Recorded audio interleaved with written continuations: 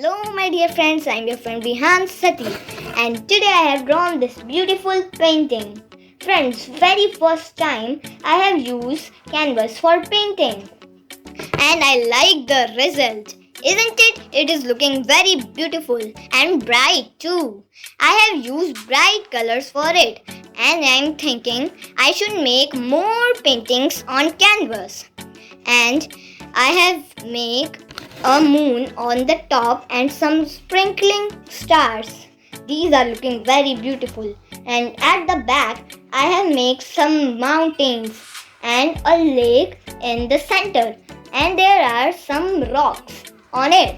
Watch this video to starting to end. So let's start the video.